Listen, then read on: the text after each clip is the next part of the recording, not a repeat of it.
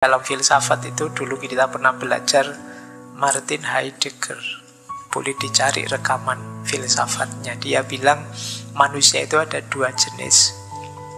Yang pertama manusia kategori Dasein. Yang kedua manusia kategori Dasman. Dasein itu manusia yang otentik. Dia bisa jadi dirinya sendiri, mengekspresikan, menyampaikan, mengaktualkan apa yang ada di pikirannya. Tapi ada manusia yang kategori Dasman, yang dia tenggelam dalam realitas, tenggelam dalam kerumunan. Dirinya tidak ada orang Dasman itu. Yang ada kerumunannya. Pencirimu tidak ada. Pencirimu adalah penciri kelompokmu. Kalian tidak unik sama sekali. Orang tidak nganggap kehadiran.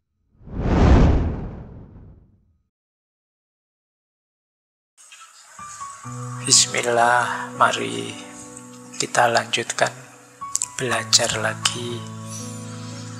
Jadi malam hari ini kita membahas salah satu insting yang ada dalam diri kita.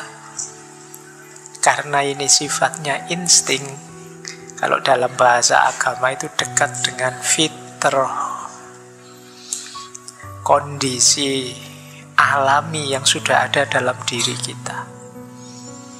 Tapi kalau kita tidak mengelolanya dengan baik, dia bisa jadi masalah. Nah, malam hari ini kita belajar salah satu jenis insting yang dikenal sebagai herd instinct. Herd instinct itu kalau diterjemahkan dalam bahasa Indonesia itu biasanya insting atau dorongan jiwa. Herd itu kawanan atau kumpulan. Jadi dorongan jiwa kita untuk bersosialisasi, untuk hidup bersama orang lain. Jadi ini salah satu insting kita, salah satu dorongan jiwa. Kita tidak perlu belajar, otomatis kita punya dorongan itu insting. Sama kayak dorongan jiwa untuk menikah, dorongan jiwa untuk dan lain sebagainya. Insting itu ada yang mengkategorikan 3. Selain herd instinct, ada self-preservation instinct, ada race preservation instinct. Selain dorongan untuk berkelompok, berkerumun, ada dorongan untuk menjaga diri kita.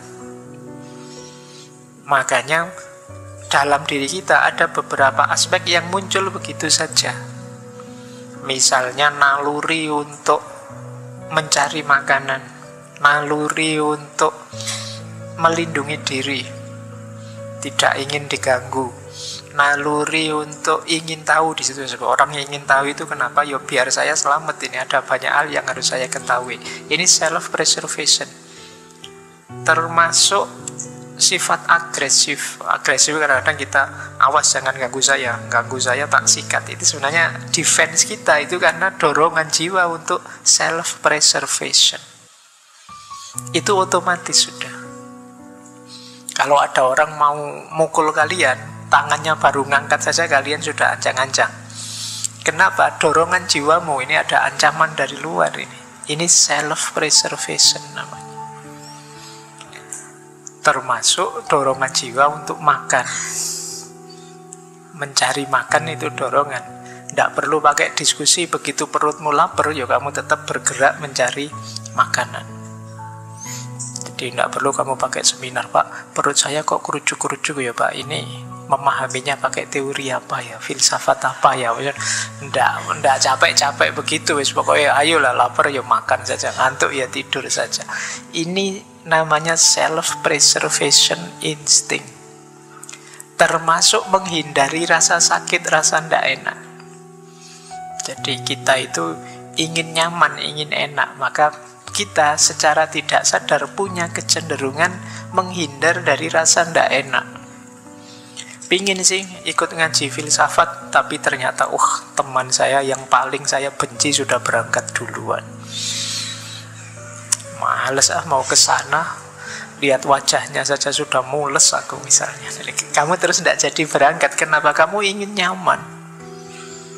Jadi itu salah satu dorongan jiwa, namanya self-preservation instinct. Ada lagi lebih luas, yaitu race preservation instinct. Ini dimiliki setiap orang yang berhubungan dengan kelestarian makhluk yang namanya manusia. Jadi kita itu sebagai pribadi, durasi hidup kita terbatas, tapi ada dorongan dalam jiwa kita agar hidupnya manusia itu berlanjut terus. Ini namanya race preservation instinct. Dorongan seksual. Yang cowok suka dengan yang perempuan, yang laki-laki senang dengan yang perempuan. Ini dorongan jiwa. Kalian apa pernah belajar? Saya ini laki-laki, berarti saya harus senang perempuan. Caranya senang tidak ada. Otomatis saja rasa suka itu muncul. Itu yang disebut insting. Jadi seks itu dorongan langsung. Jadi kalian tidak perlu, Pak saya harus belajar detail ini Pak. Tidak harus begitu, dorongan itu ada.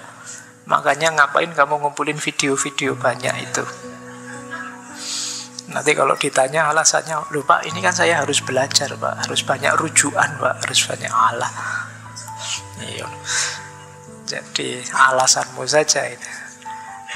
Itu mungkin bisa jadi alasan kenapa sih kamu kok suka sekali video-video gitu. Jangan-jangan kamu salah mengaktualkan dorongan seksualitas dalam dirimu. Agama ngasih tuntunan, kalau memang tidak kuat, menikahlah.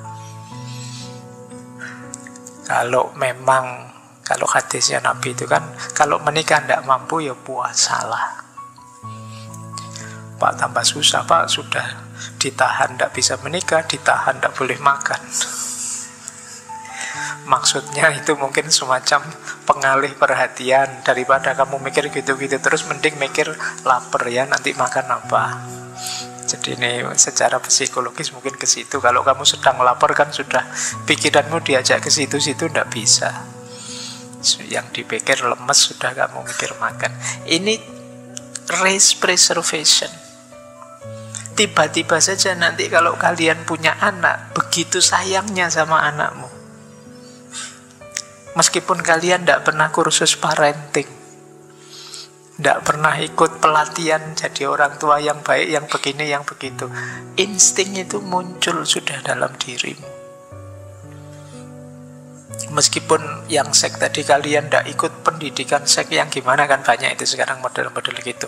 Saya yakin kalian sudah bisa. Jadi meskipun nanti mungkin ada cara-cara yang lebih manusiawi atau yang gimana, monggo saja. Tapi dorongan itu ada. Jadi yang laki-laki suka yang perempuan. Dalam rangka apa? Berketurunan. Makanya mungkin belakangan banyak isu-isu, Pak sekarang anak muda hari ini itu banyak loh Pak yang tidak mau menikah. Mungkin dorongan untuk menikah itu tertimbun karena kalian punya kegelisahan ini, kegelisahan itu. Tapi dorongan seks itu tidak bisa kita timbun. Itu pasti ada. Mungkin yang tidak menikah nanti nyari pelampiasan yang lain. Tapi ini namanya fitrah, insting. Kita pasti punya itu. Tinggal makanya bahasa kita malam hari ini mengontrolnya. Mengontrol itu bukan berarti mematikan, tapi mengarahkannya agar membawa pada kemanfaatan atau kemaslahatan hidup. Nah, jadi ini di antara sisi diri kita yang jarang dibahas. Sering saya bilang pendidikan kita itu fokusnya masih positivistik, masih pada akal dan panca indera. Sementara alat-alat kita yang lain jarang dibahas, termasuk insting ini atau naluri. Masih ada lagi nurani, hati, kolab. Masih ada lagi intuisi. Belum lagi imajinasi, kita masih punya perangkat yang jarang kita garap. Malam hari ini kita belajar satu tentang insting. Itu pun satu aspek saja, yaitu herd instinct.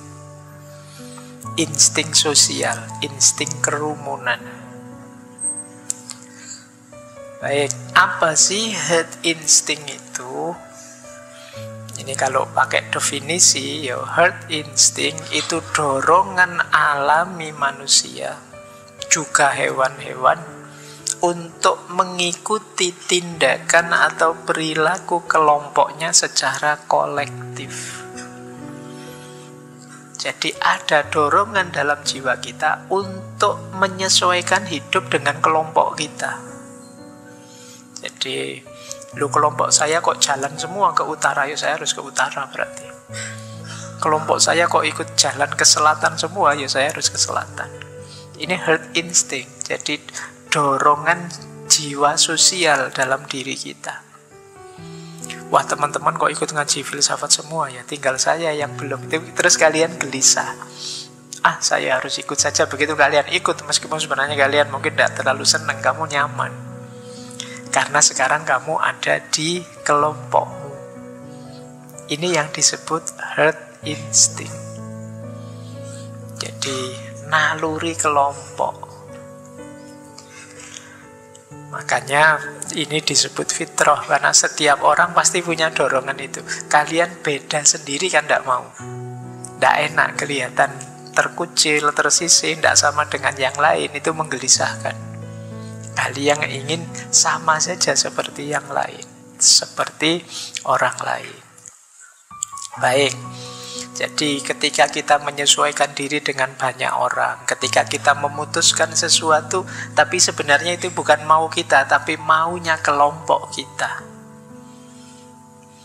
Dan kita nyaman dengan itu, meskipun mungkin dalam banyak hal kadang-kadang kita tidak cocok, tidak setuju, tapi tidak apa-apalah. Pokoknya keputusannya orang banyak saya ikuti. Ini namanya herd instinct. Dulu pernah ya kita membahas kebenaran. Ada kebenaran itu yang sifatnya objektif, ada kebenaran itu yang sifatnya subjektif, ada kebenaran itu yang sifatnya intersubjektif. Nah, dalam kerumunan, dalam kawanan, dalam kelompok, ini kebenarannya sifatnya intersubjektif. Sifatnya kesepakatan. Begitu kita sepakati, ya dia jadi kebenaran. Yuk, untuk kos-kosan kita, misalnya kalau kuliah pakai baju hitam-hitam terus yuk.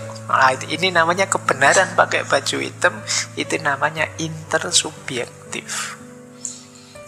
Kalau sudah intersubjektif berarti sudah disepakati. Kalau ada yang tanya, apa dalilnya kamu pakai hitam-hitam? Tidak ada, itu tidak ada hubungannya dengan dalil. Ini kesepakatan. Karena apa? Karena ranahnya ranah hidup bersama, ranah sosial. Kenapa kok ada begitu? Ya karena ada dorongan dalam jiwa kita untuk hidup bersama orang lain. Kalau kita hanya mengandalkan kebenaran subjektif-subjektif saja, kemungkinan konfliknya besar. Dan itu tidak nyaman, tidak enak kan kalau hidup itu masing-masing egois, subjektif-subjektif, padahal kita ada di ruang yang sama. Akhirnya dibuatlah kesepakatan bersama. Ini yang disebut intersubjektif. Nah, dorongan jiwa berarti herd instinct itu. Kenapa dorongan jiwa ini muncul? Nah, ini ada beberapa alasannya. Alasan pertama, untuk keberlangsungan hidup. Jadi kita itu dalam banyak aspek tidak bisa sendirian. Bahkan ada yang menjelaskan, dalam kelompok hewan tertentu, berkelompok itu lebih memperbesar kemungkinan survive. Ini contohnya misalnya kambing yang banyak itu. Misalnya ada harimau datang, itu kan kemungkinan selamat kita besar. Karena kita tidak tahu nanti kambing yang mana yang diterkam harimau. Tapi kalau kamu sendirian, satu-satunya ketemu harimau, ya mesti kamu, siapa lagi yang kena. Nah, ini insting kerumunan. Di tengah orang banyak saya bisa selamat,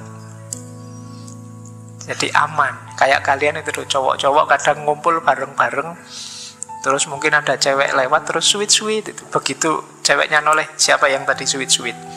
Diam semua, bukan saya. Kamu selamat. Coba kamu sendirian, mesti ketahuan bahwa itu kamu. Nah, itu logika sederhana. Kenapa kerumunan kadang-kadang menyelamatkan. Jadi itu alasan pertama. Jadi instingmu jalan. Ini cara untuk aman apa? Gabung dalam kelompok. Biar tidak kelihatan kamu beda sendiri. Tapi kalau kamu sendirian, ada apa-apa, ya kamu yang diserang. Siapa lagi kalau bukan kamu? Wong adanya cuma kamu. Kayak saya tadi ngajar, ada mahasiswanya ngantuk. Salah satu cuma saya tidak lihat, tiba-tiba ada yang menguap keras sekali. Wah, gitu. Terus, ayo siapa tadi yang menguap? Diam semua. Akhirnya selamat semua. Karena saya tidak bisa tahu dalam kerumunan itu tadi siapa. Dan mungkin mahasiswanya kompak, ini tidak usah bilang siapa, pokoknya ada di antara kita lah gitu. Nah, kerumunan itu kadang-kadang menyelamatkan. Bareng-bareng, ya sederhananya bisa saling melindungi. Yang kedua, ya perlindungan dan keselamatan tadi ya, saling melindungi. Karena kita bareng-bareng, bersama-sama jauh lebih kuat daripada sendirian. Dalam senang maupun dalam sedih. Kayak iklan rokok itu ya, tidak ada kamu tidak rame, tidak enak, tidak senang. Kalau kamu ada, aman sudah. Kalau ada apa-apa kita bisa saling lempar tanggung jawab. Jadi, bukan saya, kan ada kamu, buat apa? Itu kayak, mungkin kalau kalian mudik pulang kampung terus ibumu marah-marah, ayo ndak ada yang mau nyapu. Itu kan kalian kalau saudaranya banyak berkelompok kan enak. Yo kamu dong. Ibumu capek, ini harus dimarahi satu-satu ya capek. Tapi kalau kamu pas sendirian di rumah, yang nyapu siapa, yang buang sampah siapa, mau ndak mau ya kamu. Nah, itu alasannya kenapa banyak orang itu lebih safe, lebih aman. Yang ketiga, resikonya jadi minimal. Barang berat kalau dijinjing bareng-bareng jadi ringan. Barang ringan kalau tidak dikerjakan ya tidak selesai. Jadi, tapi kalau banyak temannya lebih enak. Pekerjaan satu kalau kalian berdua jadinya setengah-setengah. Pekerjaan satu kalian bersepuluh ya 1/10 semuanya. Lebih ringan, lebih enak. Itulah kenapa muncul secara naluriah insting untuk berkelompok. Baik, kalian misalnya, mungkin kalau yang datang padamu misalnya tiba-tiba ada yang menyerangmu, satu misalnya anjing, kalian mungkin masih berani, alah anjing satu aja nyari kayu kamu kejar-kejar balik. Tapi begitu anjing 10, yang lari kamu mesti. Dia sedang bersama kawan-kawannya. Itulah resikonya jadi lebih minimal. Baik. Cuma teman-teman, ini tadi kan masih sifatnya positif. Enak ya punya teman banyak, enak ya punya banyak pendukung. Sampai di titik ini masih aman. Tapi pada saatnya dari herd instinct bisa lahir namanya herd mentality, atau kadang-kadang disebut mob mentality, mental kerumunan. Nah, kalau ini mulai agak kita harus hati-hati. Mental kerumunan itu apa? Ada beberapa penciri. Yang pertama, mental kerumunan itu kalian sudah tidak mau berpikir lagi, yang penting ikut saja teman-teman, ikut saja kelompok saya. Kalian hanya niru saja. Nah, ini sudah herd mentality. Temanmu tadi saya kasih contoh ya, temanmu ke utara, kamu ikut ke utara. Temanmu ke selatan, kamu ikut ke selatan. Alasannya apa? Tidak tahu. Itu kan kayak film-film humor zaman dulu ya, kayak film Dono Kasino Indro itu kan. Ada satu meja orang, yang satu ngasih roti, ditiru kasih roti, kasih daging, ditiru kasih daging, dikasih apa, ditiru kasih apa. Kamu hanya niru saja, nggak ngerti alasannya. Begitu mau kamu makan, ternyata orang yang kamu tiru ngasih makan anjing di bawah. Itu kan tidak nyambung. Kamu ikut saja karena tidak tahu tujuannya, kamu manut saja. Ternyata arahnya tidak seperti yang kalian bayangkan. Jadi mengikuti kelompok tanpa berpikir, tanpa mempertimbangkan kelompokmu sedang apa, tujuannya apa. Ya mereka melakukan itu alasannya apa. Yang penting mereka melakukan saja, kamu ikut melakukan. Kalau tiba-tiba saya noleh ke kanan sambil lihat ke atas, sebagian besar mesti ikut saya lihat ke atas. Tanpa sadar, lu alasannya apa kok tiba-tiba Pak Faiz noleh lihat ke atas. Nah, itu cirinya manusia. Terpengaruh oleh kelompoknya, sehingga akhirnya dia hanya ikut-ikutan saja. Berarti kalian mulai kena herd mentality ini. Yang kedua, cirinya orang herd mentality, melakukan apapun kalian memerlukan validasi atau persetujuan orang lain, atau setidaknya menghindari tidak dinilai negatif oleh orang lain. Ini ciri kedua. Kadang pakai baju saja kalian mikirnya ini nanti teman-teman komentar enggak ya, seneng ya dengan yang saya pakai. Saya suka sih baju ini, tapi nanti jangan-jangan ada yang komen, nanti jangan-jangan ada yang enggak suka. Ini pertimbangan-pertimbangan seperti ini salah satu ciri bahwa kalian mulai tenggelam dalam kerumunan. Kalian mulai hilang, dirimu sendiri sudah tidak ada. Yang selalu jadi pertimbanganmu adalah pendapatnya orang lain, pikirannya orang lain, komentarnya orang lain. Berarti kalian sudah mulai herd mentality. Pak, teman-teman saya itu sekarang pakai jeans semua, Pak, celananya. Tidak ada yang pakai sarung. Padahal saya senangnya pakai sarung. Tapi kan kalau nanti saya pakai sarung sendirian, nanti saya dianggap tidak update, dianggap wah, terus akhirnya kamu memaksakan diri pakai jeans dan kamu merasa sangat tidak nyaman dan tersiksa misalnya. Nah, ini contoh berarti kamu terkena sindrom herd mentality. Mentalmu sudah mental kerumunan, kamu tidak berani mengekspresikan keinginanmu sendiri. Karena khawatir nanti kalau saya ekspresikan nanti diketawain, nanti dikomentari jelek, nanti dapat jempol ke bawah, nanti pokoknya pertimbanganmu itu semua. Berarti kamu sudah mulai tenggelam dalam kerumunan. Yang ketiga, biasanya tanpa berpikir panjang kita menyesuaikan dengan yang difikirkan atau dilakukan banyak orang. Hari ini trennya apa, kita ikut ke sana, tidak pakai mikir. Ini berarti kita sudah terjebak dalam herd mentality. Kalau kita sudah masuk dalam kelompok, kitanya hilang. Yang tersisa adalah kelompoknya. Makanya dalam filsafat itu dulu kita pernah belajar Martin Heidegger. Boleh dicari rekaman filsafatnya. Dia bilang manusia itu ada dua jenis. Yang pertama manusia kategori Dasein, yang kedua manusia kategori Dasman. Dasein itu manusia yang otentik. Dia bisa jadi dirinya sendiri, mengekspresikan, menyampaikan, mengaktualkan apa yang ada di pikirannya. Tapi ada manusia yang kategori Dasman, yang dia tenggelam dalam realitas, tenggelam dalam kerumunan. Dirinya tidak ada orang Dasman itu. Yang ada kerumunannya. Pencirimu tidak ada. Pencirimu adalah penciri kelompokmu. Kalian tidak unik sama sekali. Orang tidak nganggap kehadiranmu karena tidak memberi efek apa-apa. Ibarat main film, kalau kalian dasman itu kalian pemain figuran. Tidak penting, hanya jadi background. Ya biar adegannya kelihatan natural, lengkap, kalian dihadirkan, tapi kalian bukan pemeran utama.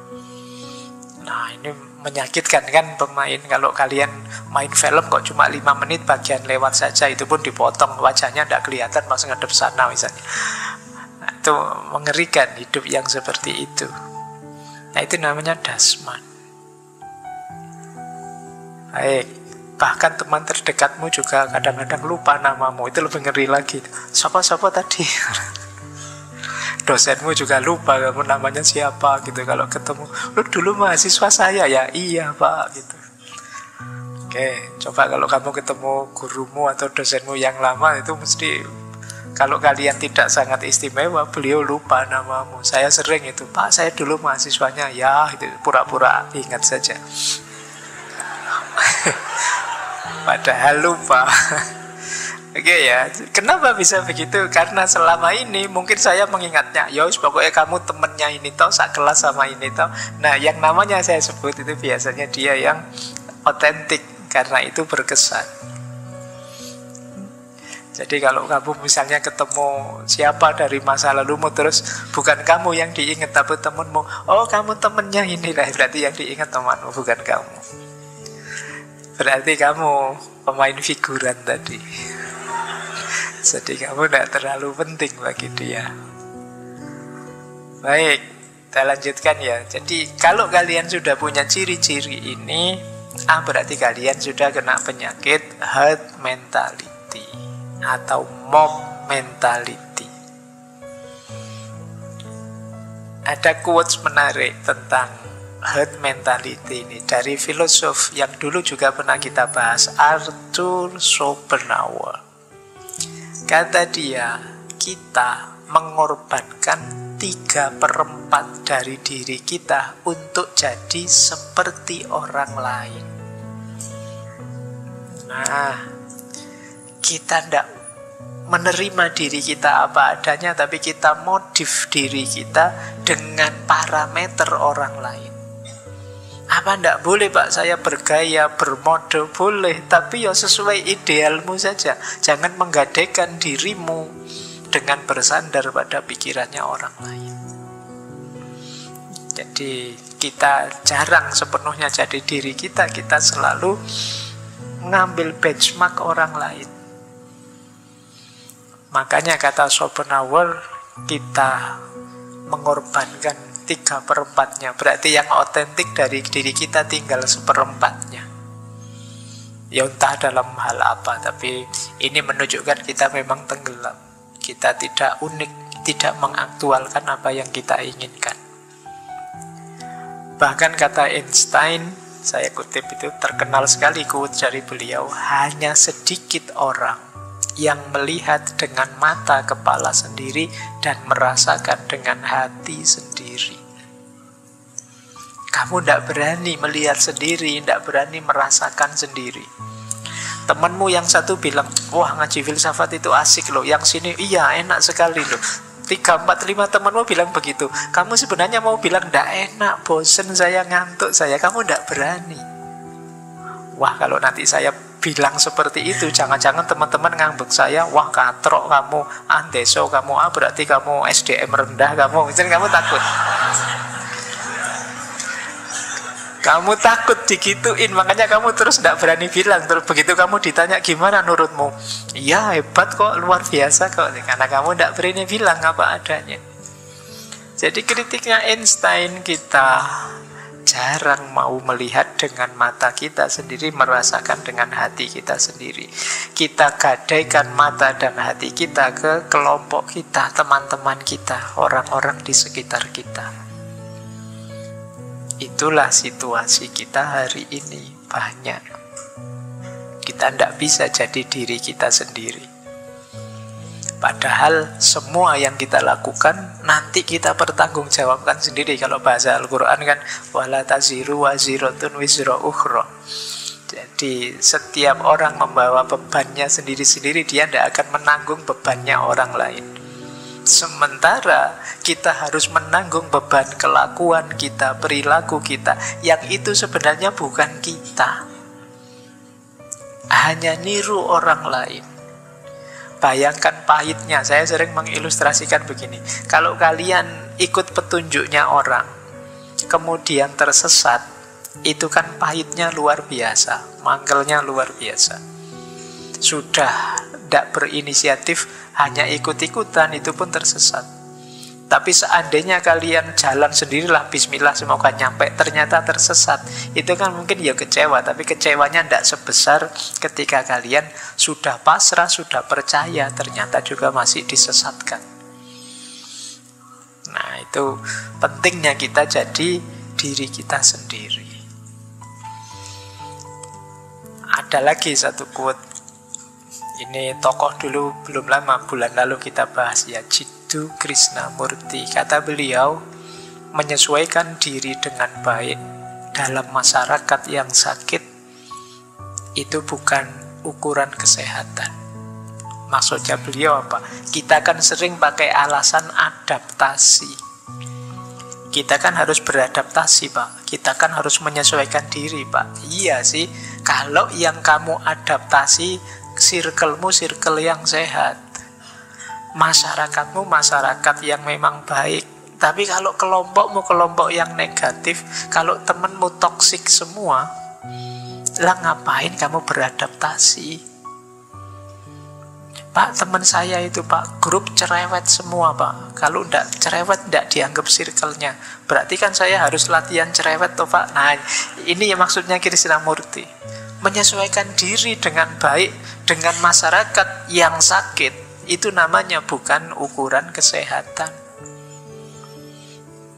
Jadi iya, adaptasi ya adaptasi, menyesuaikan diri ya menyesuaikan diri. Tapi perhatikan juga kalian beradaptasi pada apa, menyesuaikan diri untuk apa. Pak, anak muda hari ini itu kalau terlalu soleh itu rasanya ndak update Pak. Yo harus ada nakal-nakalnya dikit lah Pak. Mosok anak masa kini kok yo terlalu alim, ngerokok tidak, ngopi tidak, nongkrong tidak. Misalnya kan banyak diksi-diksi begitu. Yo dilihat dulu, kalau memang circle-nya isinya senegatif itu, ya ngapain kita beradaptasi? Harusnya kan dibalik, yang negatif-negatif tadi yang mengadaptasi kalian. Mereka yang meniru kalian, bukan kalian yang niru mereka. Ini rumus yang terbalik. Makanya kata Krishnamurti, Anda itu bukan ukuran hidup yang sehat. Iya, memang kita harus menyesuaikan diri dengan lingkungan dan masyarakat kita, tapi ayo dipastikan dulu lingkungan dan masyarakatnya sehat.